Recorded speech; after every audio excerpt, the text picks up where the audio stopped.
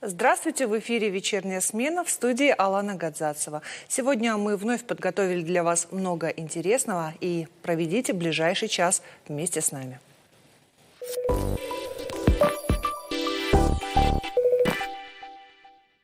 Начинаем эфир с приятных новостей. Важное событие в научной среде. В ближайшее время в свет выйдет энциклопедия осетинской нартиады в 3 томах. Это первый опыт обобщения осетинских сказаний о героях и богатырях.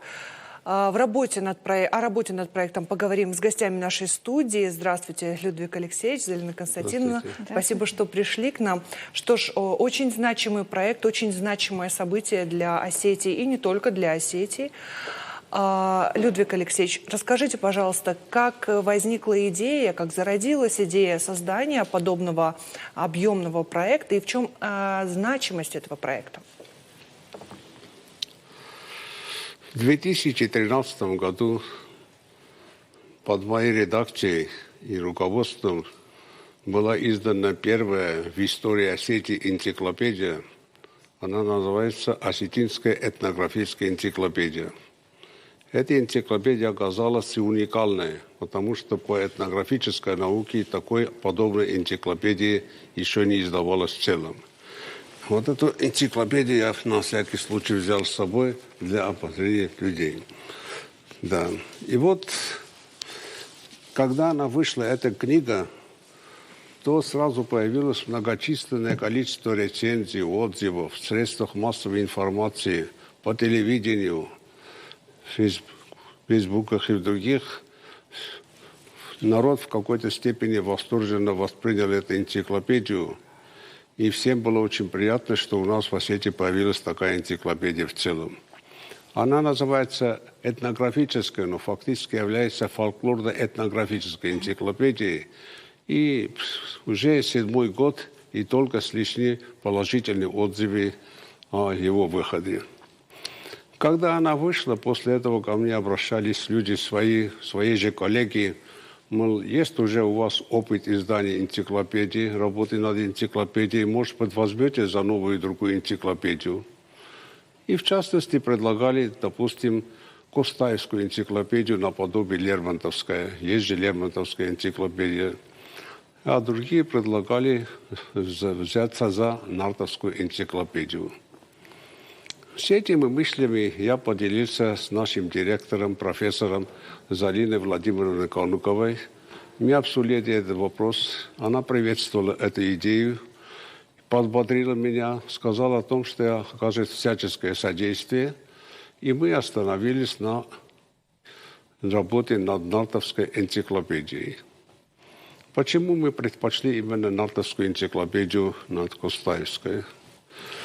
Нартовскую энциклопедию мы предпочли, потому что к настоящему времени уже достигнут высокий уровень изученности нартовского эпоса. Появилось даже специальное научное направление нартоведения, так называемое. Да, это было достигнуто благодаря тому, что более 500 сказителей рассказывали, за 200 лет более 500 сказителей рассказали о героях нартовских сказаний, о различных сказаниях и так далее. За эти 2 столетия накопилось свыше десятки и сотни монографий и научных статей. За это время было проведено в работу на нартовскую тему, переключились очень многие зарубежные ученые, не только русские, но и зарубежные историки. Появились уже печатные издания десятками, насчитывается не только на осетинском, русском, но и на иностранных языках. Так что всесторонняя изученность этого эпоса уже позволяет, дает уже возможность для создания более крупного, такого универсального этнографического труда. Это было первое обстоятельство. Второе обстоятельство было вызвано тем, что за последние полстолетия полстолетия, я бы сказал, в особенности после появления работы Василия Ивановича Баева «Нартовский эпос» в 1945 году, уже после этого появляются какие-то различные направления, ответвления от академической линии в нартовском эпосе. И появляются фальсификаторы нартовских сказаний, которым свидетелями являются мы сегодня. Почти, к сожалению, таких фальсификаторов набралось у всех народов, у которых существует версия нартовского эпоса. И вот в этой энциклопедии мы постарались хотя бы дать ответ всем тем, кто искажает науку, кто занимается лженаукой. И мы здесь преподносим людям именно настоящую академическую линию в нартоведении, которая была выдвинута и отстаивалась Василием Ивановичем Абаевым, Жоржем Дюгюзилем, этими двумя корифеями нартоведения. Ну, в целом, значимость этой книги выходит за пределами нартоведения, потому что для бесписьменных народов, какими являются осетины, эпос имеет колоссальное значение. Мы можем сказать о том, что благодаря эпосу и языку своему народу мы узнали свой этногенез, происхождение своего народа, определили. Потому что это имеет исключительное значение для исследования культуры всего народа в целом. Так что в современном мире издание вот этой книги актуально и потому, чтобы просто заострить опять внимание молодых людей, в особенности общественность, именно к изучению этой жемчужины народного творчества, которое, к великому сожалению, последние годы, последние десятилетия все остывает. Раньше, когда уже в 40-х, 50-х годах прошлого столетия не было ни одного осетина, который бы не знал это наизусть нартовские сказания, не пересказывали их и так далее. А сейчас, к великому сожалению, иногда даже студенты филологических факультетов не могут назвать главных героев эпоса. Так что в этом и значимость этой эпосы мы рассматриваем, чтобы еще раз заострить внимание на эту жемчужину осетинского народного творчества. У нас очень много всякого богатства и так далее, духовного, но на первом месте все-таки надо ставить осетин-нартовские сказания. За это поклон и уважение нашим предкам. Сложно переоценить значимость той работы, о которой вы сказали. И получается, в течение какого времени шла работа над изданием? Над энциклопедией шла работа в целом с 2016 года по настоящее время. Сегодня уже шестой год заканчивается. Над этой энциклопедией работали в основном, мы вовлекли почти всех тех, кто занимался исследованием нартовского эпоса. Да, в авторском коллективе более 50 ученых, которые представляют не только Осетию. Конечно, подавляющее большинство это ученые нашего северной и частицы Южной Осетии, но и мы привлекли всех тех, кто только занимался эпосом. Среди них там и ученые из Москвы, из Ленинграда, из Киева, минеральные воды из Испании и других районов. Кто только занимался эпосом, всех мы повлекли в работу. Колоссально объемный труд. Залина Константиновна, хочу вас спросить, вот на ваш взгляд, что интересного будет для читателя, что совершенно новое откроется тем, кто будет знакомиться с этим трудом? Ну, важно отметить, что, пожалуй, осетинская нартиада – это один из значимых вкладов осетинского народа в сокровищницу мировой художественной культуры, значительно обогативший мировое эпическое наследие. Так вот, уникальность предлагаемого издания заключается в том, что, вот как уже было сказано, это первый междисциплинарный опыт обобщения фольклорных, этнографических, историографических, исторических, археологических материалов, а также академических исследований. И мы с вами помним, что во второй половине XX века фрагментарно уже вот некоторые краткие материалы справочного характера были опубликованы в аналогичных энциклопедиях. Это эпос народов мира, религия и мифы народов мира и прочее. Но они, как я уже сказала, несли такой вот незначительный справочный характер. И теперь вот в силу того, что с самого начала собиранием, изучения, публикации и систематизации нартовского эпоса, как Людвиг Алексеевич сказал, нартоведение уже накопило настолько объемный материал, что настала необходимость создания вот этого вот обширного, объемного труда. И вот как вы меня спросили, вот в чем интерес, да, прежде всего нужно отметить доминантные направления, да, энциклопедии. Это историография нартовского эпоса, сюжеты, мотивы и циклы, религиозно-мифологические реминисценции, которых достаточное количество в эпических текстах, да, эпос и обряд, ареальные связи, пожалуй, наиболее значимый аспект энциклопедии – это ареальные связи, поскольку они позволяют нам в научно обоснованной форме адекватно дать определение и обоснование истинной принадлежности эпоса и возникновения ядра эпоса, да? То есть благодаря этим ареальным связям, которые нас отсылают к скифо-сармато-аланскому миру, к индоевропейской общности, да, мы можем совершенно четко говорить о том, что изначально ядро нартовского эпоса возникло на почве скифо-сармата-алан, ну, соответственно, их потомков осетин. Также следует отметить нартиаду в мировой художественной культуре, да, то есть в различных видах искусства. И все эти элементы, которые были сейчас названы, они в той или иной форме представлены в данной энциклопедии. И характерно, что этот энциклопедический труд, он представляет собой не только вот свод вот этих вот накопленных материалов, а благодаря работе над этим изданием нам удалось разработать ряд теоретических вопросов также, потому что это всеобъемлющий труд. Но я, конечно, прежде всего должна была сказать, что инициировал этот выдающийся труд наш научный руководитель и вдохновитель Людвиг Алексеевич Чебиров.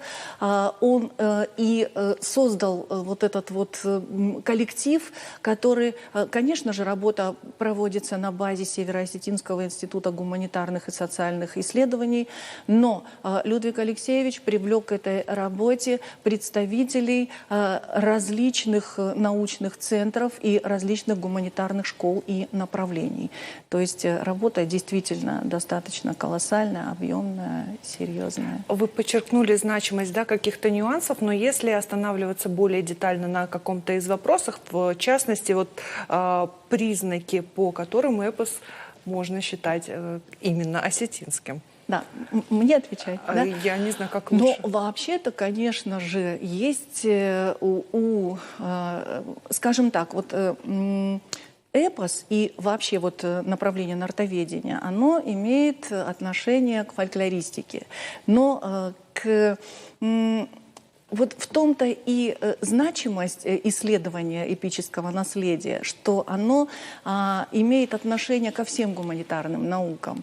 Да? И вот если мы говорим о теоретических вопросах эпосоведения, в частности нартоведения, то там, соответственно, есть свои определенные каноны.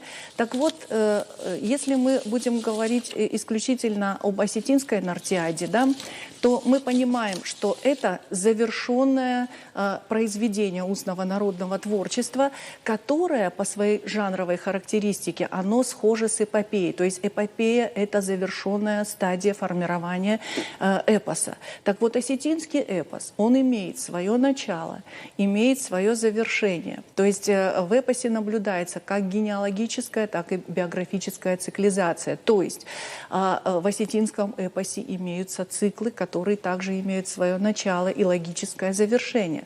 Все главные герои эпоса, да, мы отслеживаем их биографию от их появления до ухода из жизни. Да. Это и есть показатель стройного повествования эпоса, вот, приближенного к эпопее.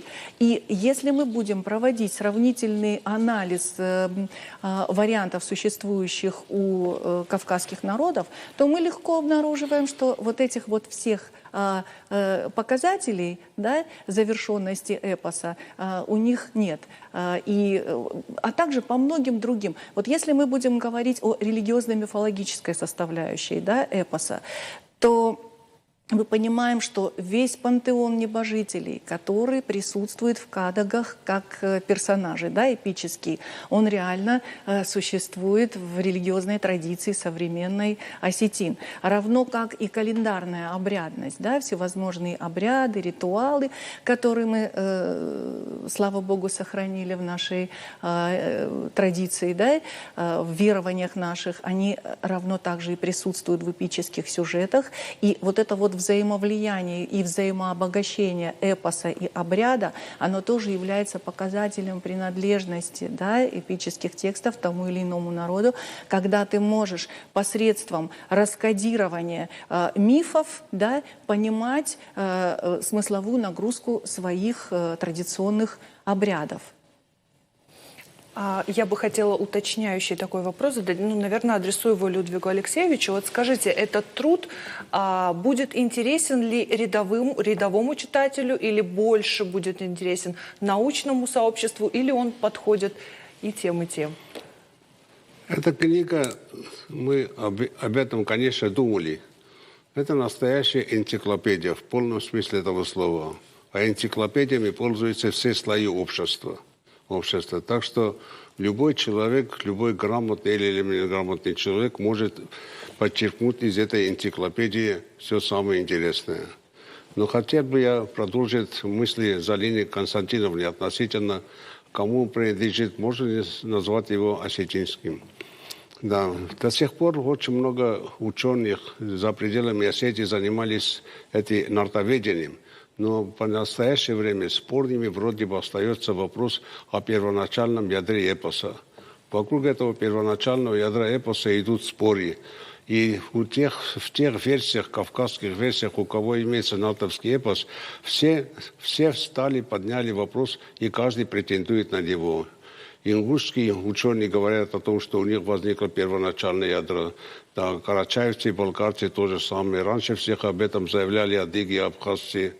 Но мы не будем говорить о том, что академическая наука раньше словами Абаева сказала о том, что кому принадлежит эпос, что сивка с арабским элементом. Но особенное доказательство в этом плане принадлежит Жоржу Дюмизилю, выдающемуся ученому, который является, нейтральным человеком абсолютно, никакого отношения он не имеет ни к одному из национальностей. Да, обратите внимание, вот его заключение, которое он сделал по этому вопросу, который уже наизусть даже знают многие ученые. Именно у осетин и без сомнения частично уже у далеких предков сформировалось ядро эпопеи, ее главные персонажи. Я знаю, что, публикуя это суждение, я огорчу моих черкесских и абхазских друзей, но истина дороже. В своей основе нартский эпос осетинский. Это пишет нейтральный великий французский ученый, академик французской академии наук. Так что вот в этой книге, которую мы составили в итоге, там очень много интересного и безусловные доказательства индоевропейских корнях происхождения нартовского эпоса. Здесь проводятся параллели, начиная с японского побережья до Атлантического, от Японии до Атлантического побережья. Это самое со многими народами Евразии, проживающими в этом районе, с которыми нартовский эпос в какой-то степени стыкуется, или мы можем провести с ними параллели. И это одно, это уже свидетельствует о том, о его индоевропейском происхождении, а это только одно из доказательств. По всем остальным доказательствам, которые могут характеризовать его осетинский, больше, чем достаточно вот предлагаемой энциклопедии. Да, и свидетельством тому ярким также и является отражение трехфункциональной системы мироздания, которая была также разработана Жоржем Дюмизилем и прочно закрепилась в осетинском народоведении, потому что сквозь вот эту вот трехфункциональность этой системы мироздания проходит все религиозно-мифологическое представление, все представления осетин, а также все, что происходит, все сюжеты, образы, мотивы, все, что происходит в нартовском эпосе. Что ж, это действительно радостное событие, очень приятная новость, выход в свет такого значимого для всех осетин мира, я думаю, труда, и не только для осетин. Людвиг Алексеевич, когда мы сможем уже увидеть книгу, когда она выйдет, будет издана и в каком объеме? Ну, как-то в самом начале, когда мы планировали, мы думали, что мы успеем сделать это к концу текущего года. Но, к великому сожалению, объем очень большой, и мы не успели. Большой коллектив работал над ней, редакторов и так далее.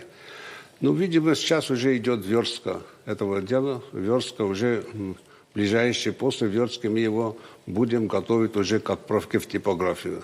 Так что я думаю, что хотя бы к середине будущего года, в будущем году, в 92-м году, она обязательно выйдет.